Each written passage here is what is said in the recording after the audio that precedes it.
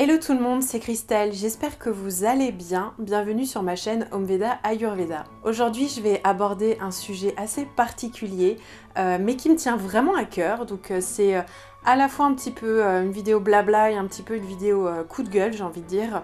Je vais vous parler de l'ego spirituel.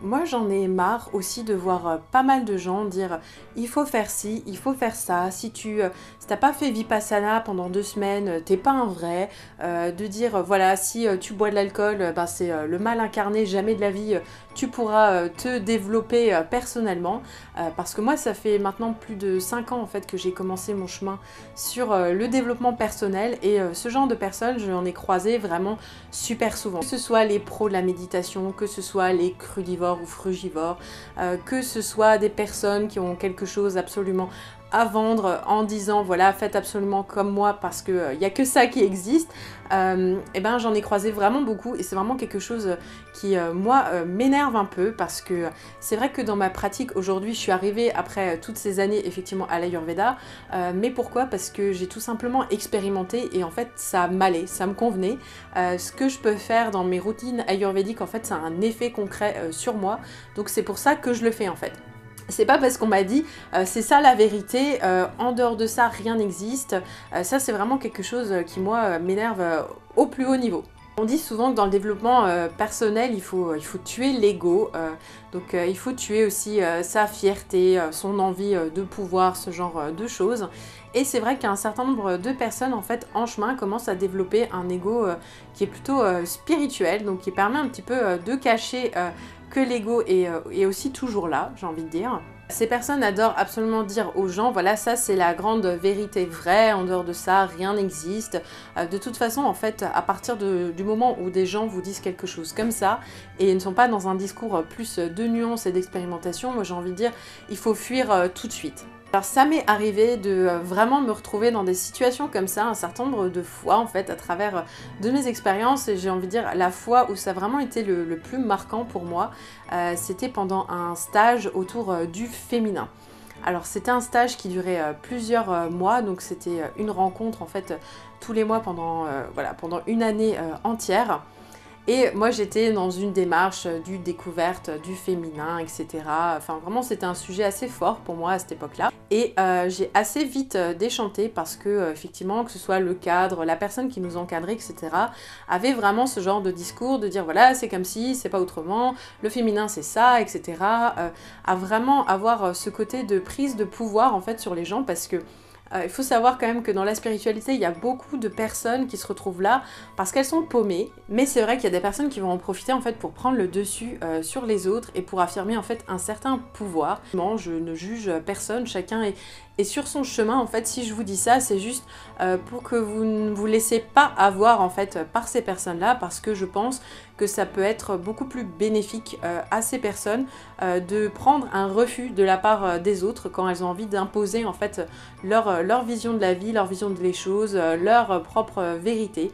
Je pense que c'est beaucoup plus important en fait de se prendre un refus de la part des gens. Il y a tout ce truc aussi autour de la perfection. Alors je pense que un certain nombre de personnes qui se retrouvent dans le développement personnel commencent à développer en fait un certain attrait pour essayer de devenir la perfection absolue. Alors pour moi, le développement personnel, c'est aussi une manière de devenir meilleur chaque jour. Alors on dit toujours, voilà, devenez la meilleure version de vous-même. Et je pense que c'est quelque chose de... C'est un but en soi, en fait. C'est une quête de sens aussi dans sa vie. Et je pense que c'est vraiment une bonne phrase. Mais de s'améliorer un petit peu, de devenir une meilleure personne, de devenir un meilleur ami, une meilleure conjointe, voilà, d'inspirer les gens autour de nous, etc. C'est quelque chose, je pense, qui est très bénéfique dans la société et je vous encourage en fait à ça c'est sûr. Mais c'est vrai que quand on est dans le développement personnel, déjà, on peut se poser pas mal de questions sur ce qu'on fait. Moi, je reçois beaucoup de mails en fait de gens qui me disent « Ah, mais je pensais si, alors c'est que j'ai fait mal. Ah, pendant tout ce temps-là, je me suis complètement trompée. » Ou des personnes à qui je vais dire en consultation, voilà, de faire attention au café, etc. Mais qui le prennent vraiment très très à cœur, comme si elles avaient fait en fait la pire erreur de toute leur vie. Et ça, je trouve que c'est vraiment le problème, c'est de dramatiser un petit peu les choses et surtout en fait de commencer à développer une certaine forme d'ascétisme. Alors pour moi, la 16, c'est bien si vous avez envie de devenir un yogi, d'aller vous reclure dans les montagnes himalayennes, il n'y a pas de problème si c'est ça en fait votre quête, si vous cherchez l'illumination, la fameuse sadhana. Allez-y, il n'y a pas de problème, je ne suis pas là du tout pour vous juger, mais je pense que c'est voilà, c'est même pas 1% d'entre nous qui sommes motivés par ces buts-là. Et le problème, c'est qu'on a tendance à se comporter comme si c'était ça notre but. Donc c'est aussi voilà, le fait de s'en vouloir pour n'importe quoi qu'on pourrait faire un petit peu de mal, de se prendre beaucoup au sérieux, d'arrêter de rire aussi, d'arrêter de profiter de la vie. Et pour moi, c'est ça le plus gros danger. Alors personnellement, il y a quelques années, en fait, j'ai arrêté de boire de l'alcool pendant 2 ans. Il y avait vraiment quelque chose de très fort qui m'appelait sur le fait de vraiment voilà, ne plus du tout consommer d'alcool. Et je l'ai tenu pendant 2 ans. Après, c'est vrai que, bon, en soirée, etc., il n'y a pas de souci. Enfin, voilà, on affirme un petit peu ce qu'on fait, on boit du jus de fruits, etc., ça passe bien. C'est pas un problème, faut pas non plus boire de l'alcool juste pour des raisons, en fait, sociales.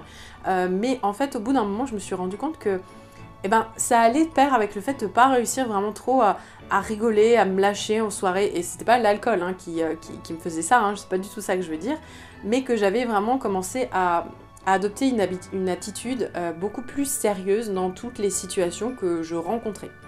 Et il y a vraiment eu un moment de déclic où je me suis dit, là Christelle, t'es en train de devenir un peu chiante en fait, de devenir hyper sérieuse, de perdre un petit peu goût aussi à des choses super simples parce que voilà, tu penses beaucoup au fait de dépasser des choses, etc., d'avoir un mode de vie hyper sain et tout ça. Et c'est vrai que je dois vous faire une confession, ou plutôt un aveu. Moi, je suis fumeuse depuis plusieurs années et pendant une période, vraiment, je l'ai mal vécu, le fait de fumer.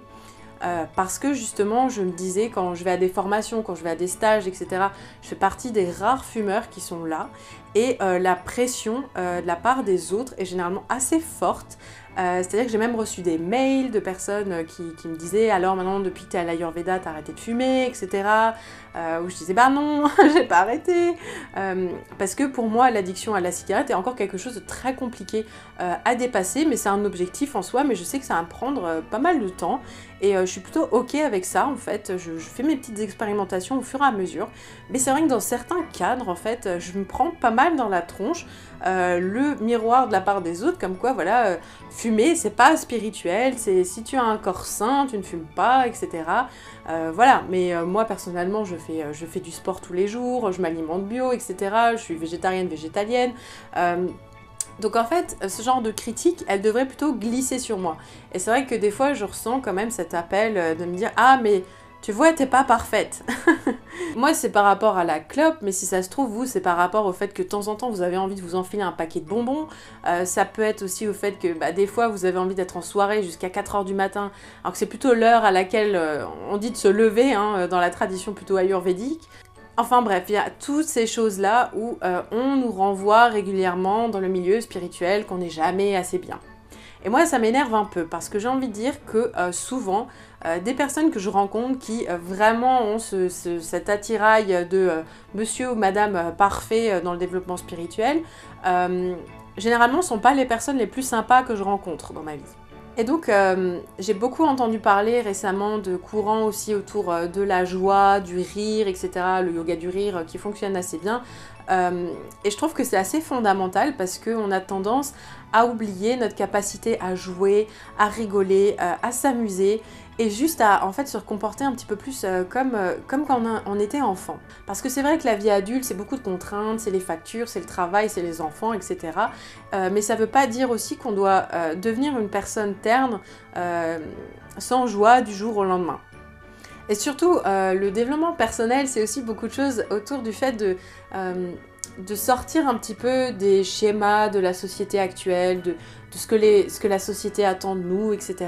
Et qu'est-ce qu'on fait en fait quand on sort de ça? On rentre dans un autre cadre de nouveau normé du coup cette case un petit peu spirituelle. Donc si tu es spirituel, tu dois être comme ci, comme ça, faire plutôt comme ça, etc. Avoir un camion aménagé, être un peu hippie, écouter des mantras, gna gna gna. Et moi, c'est quelque chose qui m'énerve absolument par-dessus tout. Pourquoi? Parce que je pense que si on est déjà dans le développement personnel, c'est aussi pour se reconnecter à notre vérité, à nous. La personne qu'on est réellement et celle qui, pleine de contrastes, etc., a quelque chose à offrir à la société, dans toute cette diversité. Et c'est vraiment ça, de se reconnecter beaucoup plus à l'enfant intérieur aussi, à notre côté, j'ai envie de dire, ado rebelle un peu, parce que justement si on essaye de sortir des cadres, il faut aller le faire jusqu'au bout, pas aller s'enfermer dans un autre cadre encore assez normé que peut être la spiritualité. Et moi c'est quelque chose que j'ai découvert en fait au fur et à mesure des années. Des fois je me suis laissée entraîner un petit peu plus dans cette rigueur, dans ce manque de rire, dans ce manque de légèreté, etc. Et c'est quelque chose que j'essaye de me rappeler régulièrement, c'est de me reconnecter en fait à ma joie, à ma simplicité, autant que possible. Parce que c'est vrai qu'en tant que thérapeute, donc voilà, là je vous raconte un peu ma vie, les gens projettent une image du thérapeute idéal sur nous. Alors que voilà, le bureau il doit être comme ci, comme ça, il faut des petits cristaux, un petit encens, voilà, la petite musique, un petit peu mantra, etc. Avec une personne qui est très droite, très dans la conscience, très posée, etc. Et je pense que très peu de thérapeutes sont réellement comme ça. Je pense qu'il y en a un certain nombre qui s'infligent un petit peu d'envoyer cette image, mais on est tous des humains. Et je pense que chaque thérapeute a aussi quelque chose à développer par rapport à sa propre personnalité. Moi, de plus en plus, je fais des blagues en fait pendant mes consultations. J'aime bien rigoler, j'aime bien aussi rentrer un peu dans le flanc de mes clients sur certaines choses, être un petit peu plus cash aussi à certains moments, et à d'autres moments, j'ai plus envie d'être dans un rapport de douceur, etc. Enfin, ça va être aussi comment je me sens par rapport à la personne, à ce qu'elle a besoin en fait. Mais voilà, tout ça pour dire que les cadres, les normes dans la spiritualité, c'est comme ça et c'est pas autrement, il faut être parfait, ne pas faire trop de vagues, etc. Moi c'est quelque chose, voilà, c'est un peu mon coup de gueule là, cette semaine de vous parler de tout ça. Et surtout, une dernière chose, c'est parce qu'on est tous différents qu'on apporte quelque chose à la société, alors surtout ne laissez personne vous mettre dans un cadre et vous demander de rentrer dans le moule. Et voilà, cette petite vidéo est maintenant terminée. Si elle vous a plu, n'hésitez pas à me laisser un pouce comme d'habitude pour me le faire savoir. Je vous invite également à vous abonner à ma chaîne Omveda Ayurveda et à activer la petite cloche pour avoir une notification à chacune de mes vidéos. Si vous pensez que cette vidéo pourrait faire du bien à quelqu'un, n'hésitez pas à la partager aussi sur les réseaux sociaux. Si vous voulez me suivre sur Facebook et sur Instagram, les liens sont juste en dessous. Et sur ce, je vous fais des gros bisous et je vous dis à très bientôt.